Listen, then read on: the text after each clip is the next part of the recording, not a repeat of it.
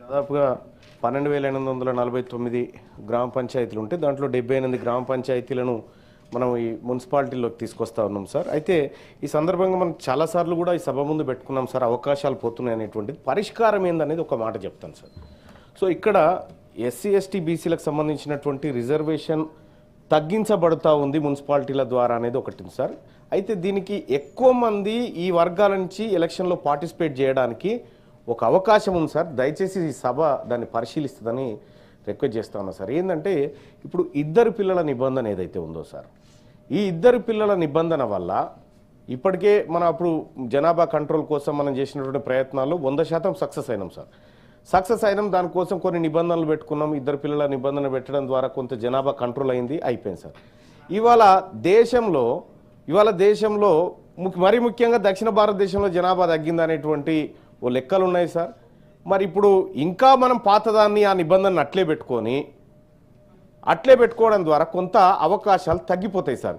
ఎక్కువ మంది ఎలక్షన్లో పార్టిసిపేట్ చేయడం కోసం ఈ ఇద్దరు పిల్లల నిబంధనను ఎత్తేస్తే లోకల్ బాడీస్ ఎన్నికల్లో ఇంకొంచెం పెరుగుతాయి అనేది ఒక సూచన సార్. మున్సిపాలిటీలో లేదు, మున్సిపాలిటీ ఎత్తేసారు. అవును, నేను పంచాయతీరాజ్లో ఉంది. అంటే ఇక్కడ మిస్ అయ్యేది అక్కడ కలుస్తుందేమో గ్రామ పంచాయతీలు అని చెప్తా ఉన్నాను సార్.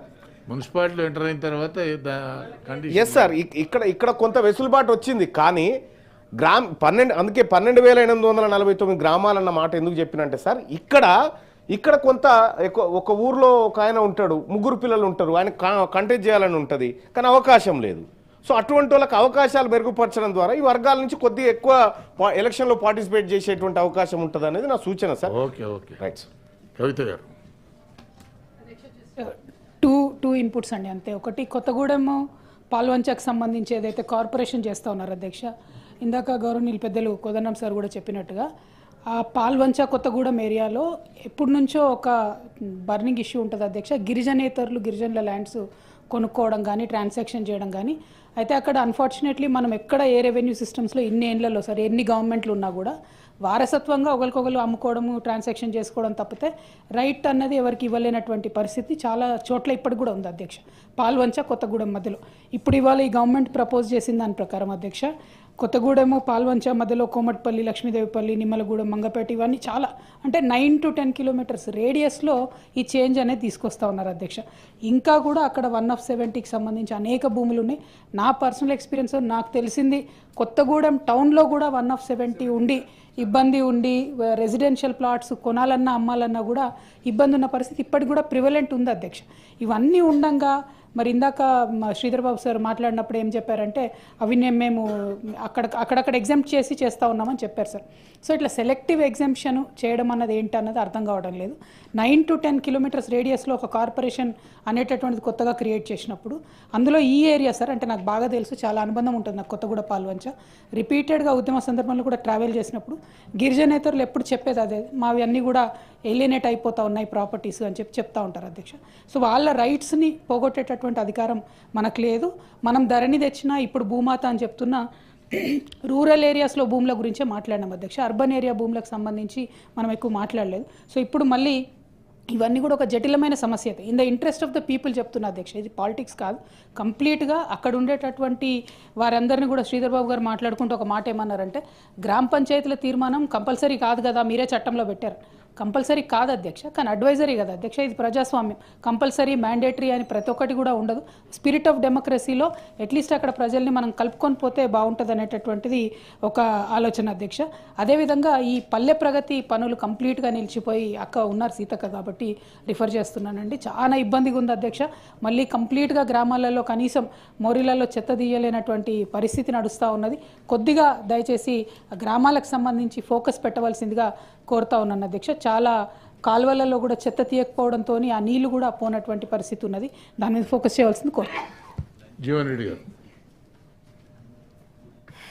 అధ్యక్ష, ఈ జగిత్యాల మున్సిపాలిటీకి సంబంధించి మున్సిపల్ పరిధి విస్తరణలో భాగంగా పక్కనే ఉన్నటువంటి నర్సింగాపూర్ గ్రామానికి చెందినటువంటి కొన్ని సర్వే నెంబర్ 421, 428, 437, అట్లాగే నూకపల్లి రెవెన్యూ గ్రామ పరిధిలో ఉన్నటువంటి కొన్ని సర్వే నెంబర్స్, ఈ రెండింటిని జగిత్యాల మున్సిపల్ పరిధిలో కలిపే విధంగా ఈ బిల్లు రావాలి.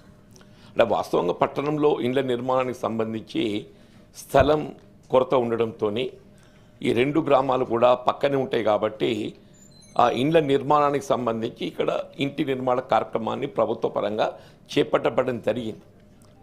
ఇవాళ రేపు ఏదైతుందో స్థానిక సంస్థల ఎన్నికలకు వచ్చే వరకల్లా యాజ్ ఇట్ ఈస్ రెవెన్యూ పరంగా ఏదైతుందో వాళ్ళు ఆ నూకపల్లి అనేది పక్క మల్యాల మండలం సార్. అది basically it's from other mandal. ఎన్నికల్లో ఏదైతుందో ఇబ్బంది వస్తుందో కాబట్టి అది మున్సిపాలిటీలో కలిపే విధంగా మరి రాష్ట్ర ప్రభుత్వం ఏదైతే ఈ బిల్లు తేవడం జరిగిందో దీన్ని సంపూర్ణంగా సంబంధిస్తున్నాం అధ్యక్ష. కానీ ఇందులో ఏదైతే ఇంతకుముందు కొందరు సభ్యులు మాట్లాడినట్టు ఇది కేవలం ఈ పంచాయతీరాజ్ మున్సిపల్ చట్టానికి పరిమితమవుతుంది. ఈ పంచాయతీరాజ్ మున్సిపల్ చట్టానికి పరిమితం అయ్యే వరకల్లా ఇది ఓన్లీ ఆ ఎన్నికలకు మాత్రమే ఇది వినియోగం అవుతుంది. రేపు ఏదైతుందో ఈ ఆస్తుల మార్పిడి, రెవెన్యూ సర్వే నెంబర్స్, భూముల మార్పిడికి వచ్చే వరకు ఏదైతున్నదో మళ్ళీ ఒరిజినల్ విలేజ్ పోల్సి వస్తుంది. ఇప్పుడు ఫర్ ఎగ్జాంపుల్ నూకపల్లి అనేది ఇది మల్యాల రెవెన్యూ మండల్, అది ఇప్పుడు వచ్చి ఏదైతుందో జగిత్యాల కలుస్తుంది సార్. ఇది సపరేట్ మండల్ మున్సిపాలిటీ.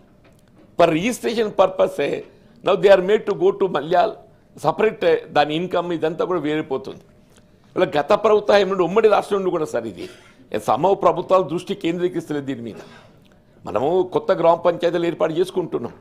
కొత్త గ్రామ పంచాయతీల ఏర్పాటులో భాగంగా ఏదైతుందో మనము ఈ సర్వే నెంబర్స్ అన్నీ కూడా ఏ గ్రామానికి ఎంత కేటాయింపు చేయాలనేది డిమార్కెట్ చేసి మనం జిల్లా కలెక్టర్ ద్వారా నోటిఫికేషన్ ఇచ్చి ఈ సర్వే నెంబర్లన్నీ కొత్తగా రూపొందించుకున్న గ్రామ పంచాయతీకి కేటాయింపు చేయబడ్డదని చెప్పని ఇవ్వడం జరుగుతుంది. బట్ రెవెన్యూ పరంగా ఏదైతున్నదో దానికి అనుగుణంగా జీవో జారీ కావటం లేదు. రెవెన్యూ పరంగా దానికి అనుగుణంగా జీవో జారీ కాలేకపోవడంతో రిజిస్ట్రేషన్సే దాని ద్వారా వచ్చే ఆదాయం అనేది మళ్ళీ ఒరిజినల్ విలేజ్కే పోతున్నది సార్. ఒరిజినల్ విలేజ్కే పోతున్నది. నేనేమిటో మీ ద్వారా రాష్ట్ర ప్రభుత్వ గౌరవ మంత్రి గారిని ఇది మొదటికెళ్ళి జరుగుతున్నటువంటి ఒక దీని సమ్ అంబిగ్యూటీ దాని దృష్టి కేంద్రీకరిస్తలేరు.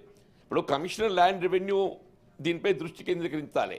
ఇది రెవెన్యూ శాఖకు సంబంధించి ఇవాళ 2 పంచాయతీరాజ్ శాఖ, రెవెన్యూ శాఖ 2 సమన్వయం చేసుకొని ఏ పంచాయతీరాజ్ శాఖ ద్వారా మీరు నూతన గ్రామ పంచాయతీలు ఏర్పాటు చేస్తున్నారో అవన్నీ కూడా రెవెన్యూ పరంగా కూడా ఏదైతుందో ఆ భూములు కేటాయింపు చేయబడ్డప్పుడు మాత్రమే ఏదైతుంది మనకు భూముల బదిలీ కాబట్టి పట్టేదార పాస్బుక్ జారీ కానీ ఇవన్నీ కూడా ఇప్పుడు సపరేట్ గ్రామ పంచాయతీ ఉండు సార్. లంబడి తండాలు వేసి ఏర్పాటు చేసిండ్రు.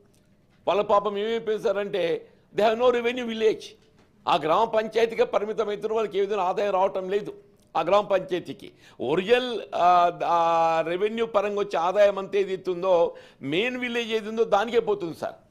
మరొక రేచపల్లి గ్రామం సార్, దాని మీద 4 తండాలు ఏర్పడ్డాయి, గ్రామ పంచాయతీలు నూతనంగా ఏర్పడ్డాయి. వాళ్ళకి ఏ విధంగా ఆదాయం లేదు.